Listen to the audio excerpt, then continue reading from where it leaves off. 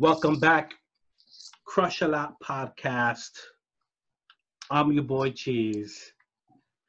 I'm stuck in quarantine because y'all filthy animals want to eat bats. Whatever you're doing, thank you very much. As always, from Miami, the bodyguard Kaleena is in the house. Kaleena, how are you? It's the same thing as you, stuck at the crib, working at the crib, working out in the crib. Oh, shit. Make sure you reach out to Kaleena on her social. The Pineapple Butcher is her new hashtag. She's just showing videos of how to chop up those pineapples with the machete and everything. As you notice on the screen, or if you're not looking on YouTube, we got two guests, and we're excited to have one super producer. Been doing it for a while. Check out his new album with Estee Nack. I wanna fool JADA FIRE. Grubby Pawz is in the house. Good sir, Grubby. How are you, Mr. Pawz? Peace. How are you? Good, man. How you guys doing? Maintaining, trying to keep my coughs to myself. And, yeah, absolutely. So we're gonna have Grubby on there. We're gonna have the returning guest to the Crush a Lot podcast, someone we've been working with privately on the side, one of the best doing it right now.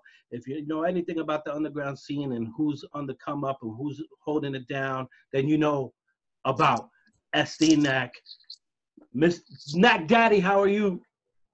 I'm fantastic, son. Aside from the obvious, man, I'm just being my regular old magnificent self, man. I'm just, stuck in the crib doing it. Live from the mini mansion.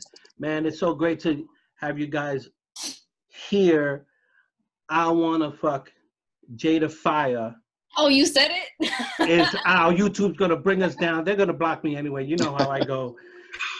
It's out now, physical release only. Yes. Let's talk about the project. When did this project start? What is the tone of the project? Go. Who called who? Oh shit! Me and Nack always chilling, man. Yeah. We only live like 20 minutes from each other, so like we're not even that far. So I mean, we're always just in the lab, just always cooking up, and then I don't know. I think I just had a beat going, and he was like, "Yo, let's rap." Rap to it, and was like, "Yo, let's do another joint." And then it just turned into like parties every Friday night. It was at the studio. Everybody was there chilling, and just kind of went like that. We was having a party, It's probably got to be the best way to work though, because it's like no pressure really. You just chilling, making music. Yeah. There was really like no rules to it. You know what I mean? It was a little different for me. I mean, I kind of like I'll make a beat, kind of sit with it, whatever. But like Nack's approach is a little different. People know like he just dumps off. You know what I mean? So he came through and was like, I'll be making the beat, like, yep, it's ready. Let's rap to it. I play a beat. Yep, let's go. And it was like, I didn't even have time to think about it. And then we just had mad joints, and we still have a lot more joints. So yeah, it was dope. You got a lot in the vault. You got a lot just sitting. Yes. Yeah. when you're hearing grubby beats and it's like boom, you hear it, all these words come to your head and you're like, boom, here it is. Pretty much, what I'm saying? I just, it's easy, man. It's just, what I'm saying? It's 5 minutes into like getting to a studio most times. I'm like, 7 bars into a motherfucking verse. You know what I wanted to know most though? I wanted to talk to you about the cover. Who did the cover art? That was my man Rusty Joints. He killed that. He killed that cover. Crazy. Yeah, shout out Rusty Joints, man. He bodied that shit, bro. Yeah. I hit him up earlier today. He put it there. Like he did it. He did that. Yeah. Hey, we went through it a little bit, you know what I'm saying? We went back and forth, just, tossing around ideas. And, son just kind of took off, did his thing. And, it really wasn't too much of a thing to get that done either. You know what I mean? Just kind of busted it out. Yeah, and then I saw the title of the album and I was like, all right, it's not like I'm well versed in like, wait, hold on, I'm not well versed in like a porn star. So I'm like, all right, let me go check this out. So I was like, all right, let me go check JADA FIRE, So I checked out who JADA FIRE was, and then I just went down like a rabbit hole of goodness. shit, and I couldn't get out of the hole for a little bit. Yo, listen, man. Yo, I can only like build extra hard to be able to do what I do, like JADA FIRE. Do what she do, man. Like, yo, son, shorty an exorcist, man. Facts. She's like on another level of everything. I was like, you know what? Let me exit the phone. I had to like clean the phone out. Like, what is it? Erase the cookies. As soon as I saw the title, I was like, I'm in. I'm totally in. I knew exactly what it is. In my head, I was like, I know exactly what scene stayed in my head for all of my life. It made that much of an impression. And truth be told, I worked really hard to have her come on this episode. I worked really hard, and we couldn't get the scheduling down pat. I was like, if I could get her on while they're on, that'll be some legendary shit. And we could talk scene by scene, which one we prefer. But but shout out to the legend JADA FIRE. Yeah, shout out to you, because I got a couple of scenes just stuck in my head now. I was like, woo. Saying that, when you're thinking about this project, the release of it is also very much the way me and Kaleena like it. We like an old school approach to an album, thinking not only about the bars, the beats, but the whole package. So you already got the bars with Estee, you got the high level production from Grubby Pawz, and you got the art. How much of that are you thinking about when you put out your product, and how you release it in terms of how you want people to consume it? Because it was also seemed like a very deliberate plan. I want people to consume it in this way. Yeah, and no middleman either. Like, let me get that. Let me get that money. Let me get that so it comes to me and not somebody else getting that money in between the time either. Right. I mean, I don't know, man. It's more so like our musical and artistic ambition just kind of like manifested through business, man. Like the way that we, I feel like the way motherfuckers is bringing their art to the people. That shit is also an art in itself. You know what I'm saying? You got the art of marketing, art of strategy. You know what I mean? The art of war is a business book. You find that shit in a business section. You know what I mean? That's how you can tell if somebody really read it or not, found a book. You know what I mean? In back in the days, you know what I'm saying? You had to go to the library, go in the business section. So, I feel like this is part of our art too, like the way that we give people access or allow people access to our shit. You know what I'm saying? Because it's like, come on, man, you're getting a seat at the cool table, baby. You know what I mean? You got to pay in, though. You know what I mean? You got to pay in. You got to pay them dues. You know what I'm saying? If you ain't going to pay it in time, you're going to pay it in money. Man, the album in itself, it's the idea of it, the whole presence of it is interesting. At the same time, there's like 3 other Estee Nack projects all out around the same time. So we have obviously your work with a Superior album a week before this one came out, or around the same time. You have the 2 other vinyl releases with Al Divino, they're escaping my mind, Nicola and Abracadabra. They're all out around the same time. My question is, I'm broke. How am I gonna buy all these things and support Estee? Is there a strategy to like how you space it out, or is like when it's ready, boom, it's out? Nah, it's like, you know what I'm saying? It just comes out, bro. Like, that's all I'm feeling, man, And listen, man, listen, I'm sorry, Cheese, man, but you can't walk into the Gucci store and walk out with the whole store, bro. Yeah, no, I know. Can't walk in a Saks Fifth and walk out with the whole shit, man. You know what I mean? Yeah. It's a fact, okay? These are facts. You want to go in there, you may go into the dressing room, try the shit on. You know what I'm saying? I was in my head, I'm like, I don't gotta pay rent. Get that mental image, so it's like, I'm gonna get this. You know what I mean? That's what it's all for, man. Ambition, you know what I mean? Fly shit only, man. Like, niggas doing fly shit. Sometimes we could buy it. This is an item, son. This is an item. Motherfuckers could post on Instagram. Motherfuckers be doing poses so niggas can see all they shit. Yeah, nigga, you might pose with the vinyl. You know what I'm saying? Like, come on, nigga, I'm down. I'm in here. I'm gonna get money. What's up?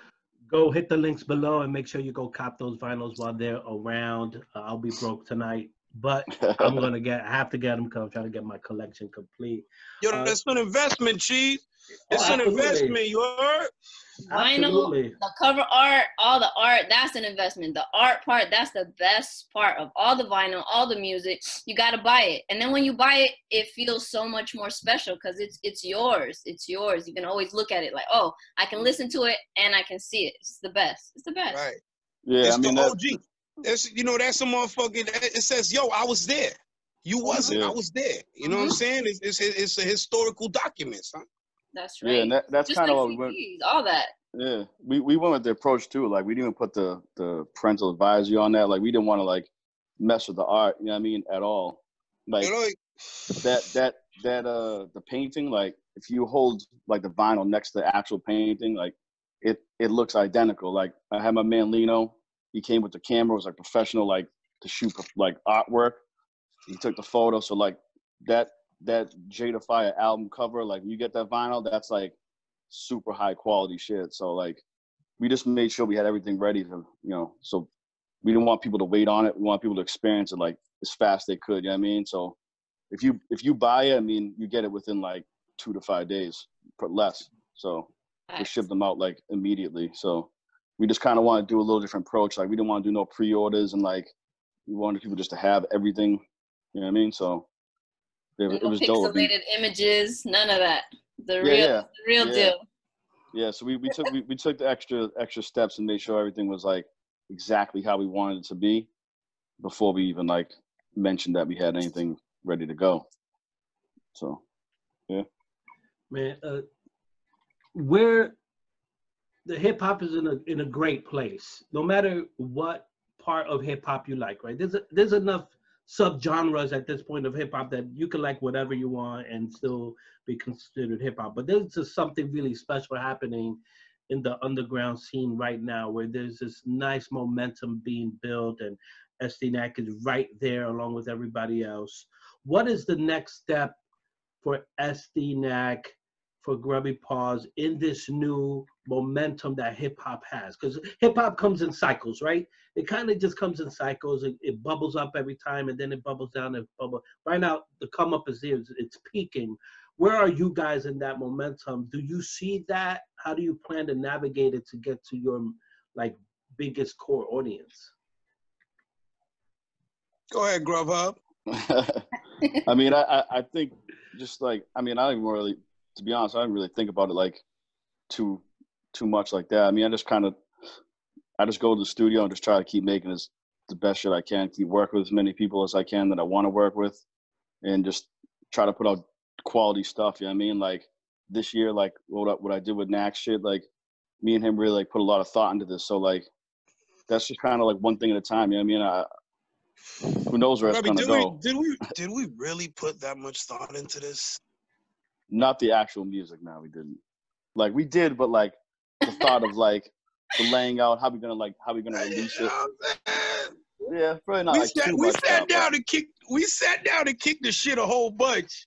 But this shit was pretty much effortless. Even when we was like, I was like, fuck that. This shit's fucking, let's go. You know what I'm saying? Yeah, I think. Yeah, it was an overall good time, yo. Yeah. But yes, I don't know. We'll see. I'm with Grub, man. I feel like Grub. Like same shit. Like I'm just out here just having a good time. It's like if there's a cipher popping off, I might come in and spit some bars and just lay back and then come back in when when it's like my time. You know what I mean? That's how I pretty much approach this shit. Like sometimes a nigga always in the cipher. Sometimes a nigga ain't really the nigga in the cipher spitting all the bars. Like he just lay it back, may come in, drop a couple bars. You know what I'm saying? It's a cultural thing. You know what I mean? Like, I'm not the only person in it, so like I respond with the culture. This shit's an organism. You know what I'm saying? For sure. One of the great things about what's going on is, Crush It Out podcast. We haven't talked about it a lot. We've kind of left breadcrumbs that we are working on our own thing, and the first single will be out rather soon. Give it about a week or two. We're just figuring out one or more two logistical things. But the first verse we ever got for the project was the Estee Nack verse. And me, you know, I gave it to Kaleena, you know, we talked about it a little bit. And it was like, okay, where do we go from here? Because it was not really much talking though. It wasn't even much talking. Like I heard it and I was like, all right, it's done. This is what we needed. It just kind of set the tone. It set the tone for everything else. Everybody else can meet that, because I'm not putting out no bullshit either. So, you know. Yeah. I sit on. I dig it. And when we got the verse, I was like, the one thing I noticed was like, okay, he gets us. He gets that we're Latino. We love that. We love raw raps, but we also like personalities as well. And that was like the verse we got. When you hear a beat, is that, and you're working with other people or doing features for other people, how much consideration do you have when you go through your process? Or is it just like none? Absolutely none. You do your thing. Absolutely none. Let me tell you a little story, yo. There's a little story about a project called 7 Gems that I did with Tragic Allies and Tragedy Gaddafi. And there's a song called Presumed Unpredictable. And I'm gonna tell you one thing, we sat down and we was busting out all these verses and doing all this crazy shit. Hey, yo, this nigga Rock Marciano got on that track and just busted our ass, bro. Like, none on the topic. Like, he just came in there and just busted our ass, fam. You could go online and find the track with, like, our verses off of it, fam. That shit changed everything to me. I was like, yo, my nigga, this nigga just busted our ass. Like, he wasn't even on, like, the length. He made his own way. Like, that was his track on our shit. You know what I'm saying? That's regular for him. That's regular. He'll get on something. His pen is so good. He's so smart. A lot of the shit that he says anyways goes over people's heads. So that's off top. So when he gets some shit, he writes it and he's finished. It was like fuck what we was talking about. He don't care about none of that. But I'm saying after adding on to that, like when you listen to it, it's like fuck what we was talking about. Like I listen to his part on my. I don't like our shit. Like I feel like we fucked this shit up. Like, you know what I mean? Like it was. You know what I'm saying? Like that. Put that on the Rock Marcy mixtape without our shit. You feel what I'm saying? I absolutely feel that way. Sometimes when I hear other people's stuff, I'm like, yeah, I'm not gonna book that guest for a while.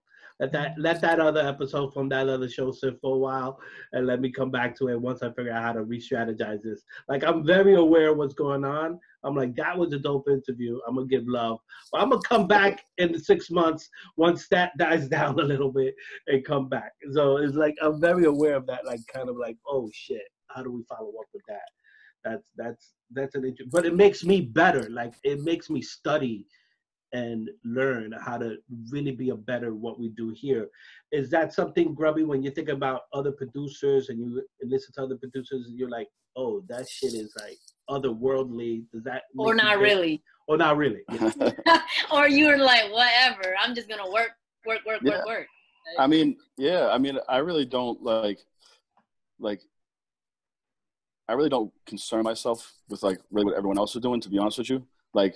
My boy Michelangelo and like my boy Evil Doer, like when they send me shit and like stuff that they're working on, I'm like, yo, like I gotta step my shit up. You know what I mean? But like them two dudes like really definitely keep me inspired, you know what I mean? But like, yeah, I mean I'm just like at record stores, digging for records, making beats, and then I just call people over and like, yo, you guys want to rap to this, or you know what I mean? Don't really like think about it too much, I guess.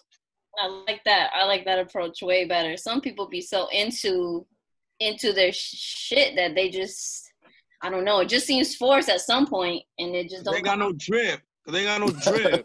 Ain't got no fucking drip. I ain't gotta think about riding a motherfucking bicycle. I just get on the shit and start pedaling. There's mad science into it. But I don't got to think about that. It's already been done. I just get on the shit and start peddling it. You know what I mean? Niggas do fly shit. Niggas just do it. You know what I'm saying? Like, it's like, shit. Oh, I just do tracks. Oh, shit. Now I got an album. Oh, shit. Here's the artwork. Here you go, nigga. Buy that shit. Buy that shit. Give me inspiration to keep doing it. Me and Kaleena don't plan actually nothing out. We just come in and just start talking. We just happen to know stuff. But like when you have chemistry with someone, you just know. We don't have to talk. We just kind of know. We were like, that's why we always say in the beginning, we're just gonna talk shit. Whatever happens, happens. Whatever doesn't, doesn't. And I think like overthinking the stuff is definitely not fun at all. Like I mean, like I said, like me and Nack, we just had parties when we were making this shit. So like we weren't like thinking about anything. We were just having fun. You know what I mean?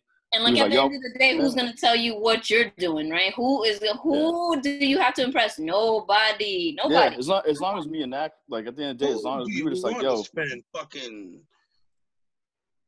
What is it? 48 hours with. Like, oh, yeah. You gotta know the JADA FIRE to know how that was funny. Yeah. Man. Yo, Crush a Lot podcast. If you're new to the show, thank you for checking it out. We appreciate everyone. We want people to be safe. So for God's sake, wash your hands and stay inside for a little bit. Get a hamster wheel, running that shit. I don't know. Do what you gotta do. And with Kaleena, your internet's breaking up, so I'm gonna keep it pushing right here. Hit the links below. If you haven't picked up the vinyl, like I haven't, but I will right after this, go pick it up. All the links are below. Go check out the catalog. Go check out his project with Superior. Or you could get the physical over at ToughCon. Go to IWANNAFXCKJADAFIRE.com. Go pick up the physicals there. Go over to FXCPRUE. I can't say it. I'll put it in the link. Go check out the other stuff he did with Al Divino. Those 2 projects are released of very low numbers. We were going to see you guys in Boston for the Family Affairs show, but the corona got us there, so we were hoping to meet up with you there. And then maybe next week, 2 weeks, you'll get the official Crush a Lot first single with Estee Nack and Stalker, produced by Flu. Nack versus Nance. It will be released and it's soon. fire, so check that out. Oh no, it's amazing. Really so do us a favor, hit the link. Follow everyone, spread the good love, all that good stuff. Nack Daddy, Grubby. Yo, you already know. Much love, y'all. Peace, bro. Shout out to Al Divino, Mini Mansion, Alter Egos, Mr. Rose.